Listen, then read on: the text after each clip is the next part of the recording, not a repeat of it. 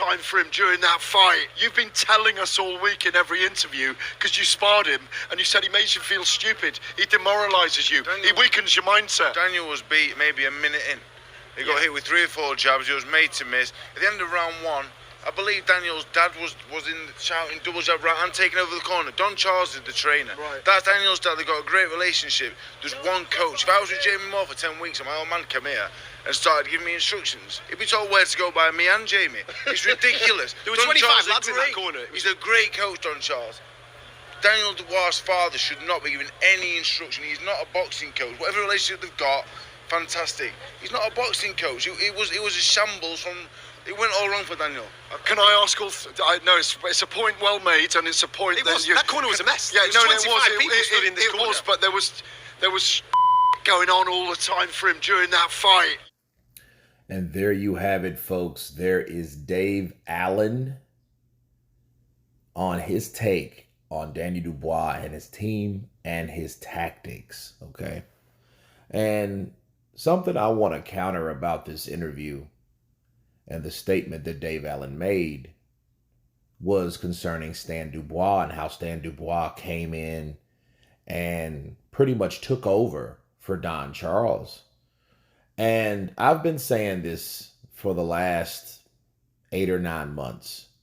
The relationship between Don Charles, Danny Dubois, and Stan Dubois is absolute uncanny, dysfunctional, and I think it's disrespectful to Don Charles.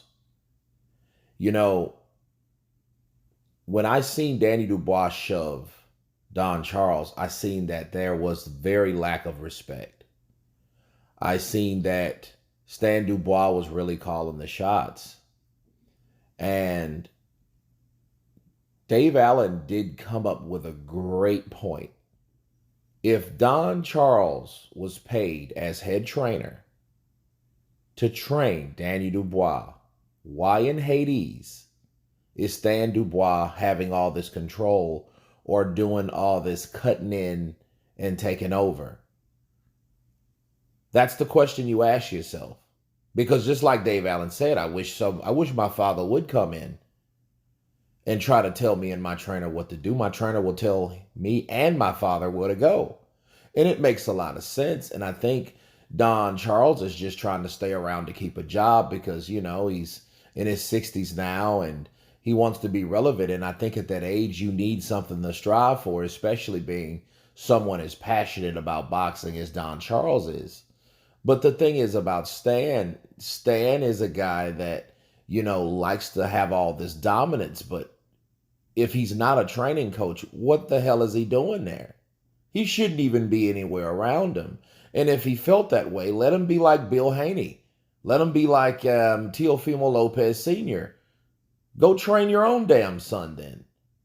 Because if it's that bad and I got to get disrespected like that, you take over and I know I'm paid to do something and I'm not even feeling worthy to do in your eyes or your son's eyes, well, let me step the hell off.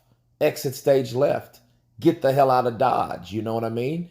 Because at this point, you're looking at too many people in the camp, you know, as they were saying on Talk Sports, there were definite visible problems with their camp.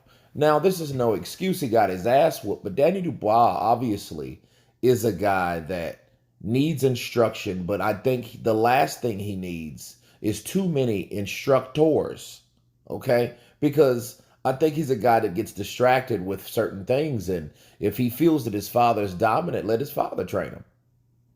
So if they do axe Don Charles, we'll talk about it today in my live stream, but if that's the case, and they decide to get rid of Don Charles, I think Don Charles should be relieved because I wouldn't even want to be around that type of atmosphere, drama, stress, and energy.